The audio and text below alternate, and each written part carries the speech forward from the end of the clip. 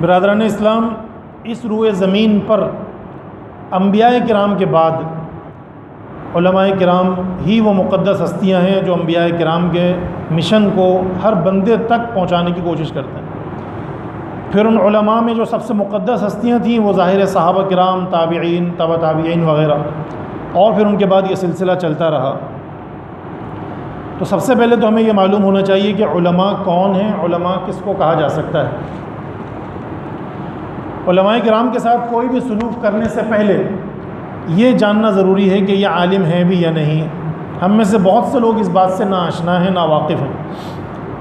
کبھی تو محض ٹوپی اور رومال رکھ لینے والے کو عالم کہہ دیتے ہیں، کبھی صرف وعظ اور درس ارشاد کرنے والے کو ہم عالم سمجھ لیتے ہیں، کبھی محض داڑھی رکھ لینے والا ہمارے ہاں عالم دین اور قاری کہلاتا ہے، حالانکہ وہ عالم دین نہیں ہوتے۔ بعض علاقوں میں، بعض علاقے، بعض شہر ایسے ہوتے ہیں کہ وہاں 90%، 95% لوگوں کی داڑھی اور ٹوپی ہوتی ہے۔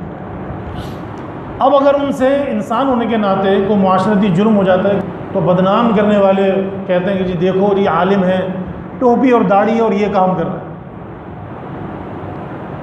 تو ہر ٹوپی، ہر داڑھی والا یا کوئی اپنے کلچر کے مطابق صافہ باندھنے والا، پگڑی باندھنے والا ہو، وہ عالم نہیں ہوتا جب تک کہ وہ باقاعدہ اس نے علم حاصل نہ کیا ہو، اساتذہ کے سامنے کئی سال تک شاگرد بن کر بیٹھا نہ ہو، کتابوں سے اور قلم سے علم حاصل نہ کیا ہو۔ الذی علم بالقلم۔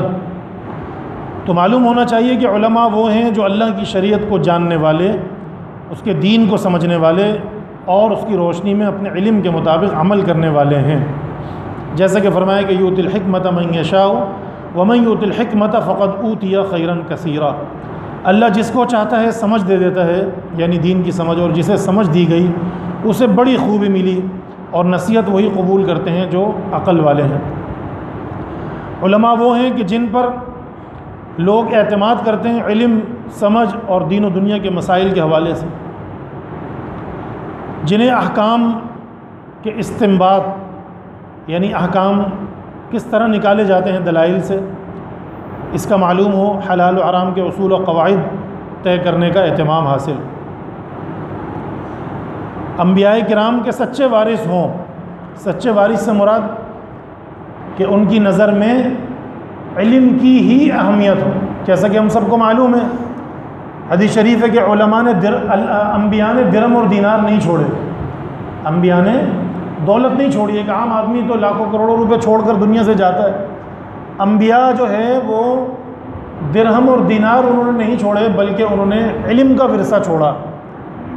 تو جو جتنا زیادہ علم کا طالب ہوگا، علم کا بھوکا ہوگا، علم چاہنے والا ہوگا، مال و دولت کی نسبت، یعنی مال و دولت کے مقابلے میں، پیسے کے مقابلے میں جو علم کا طالب ہوگا وہی عالم ہے، وہی نبی کا وارث ہے۔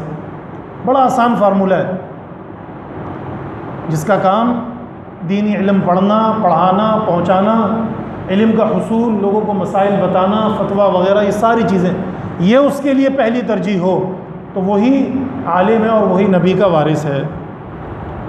علماء کرام ہی اللہ کے وہ خاص بندے ہیں جو صرف اللہ تعالیٰ سے ہی ڈرتے ہیں، جن کے دل اللہ کے خوف سے بھرے ہوئے ہیں اور اللہ کے ڈر کی وجہ سے نافرمانی کے قریب تک نہیں جاتے۔ ایسے ہی علماء کرام کے بارے میں رب تعالیٰ نے فرمایا انما یخشی اللہ من عبادہ العلماء ان اللہ عزیز غفور۔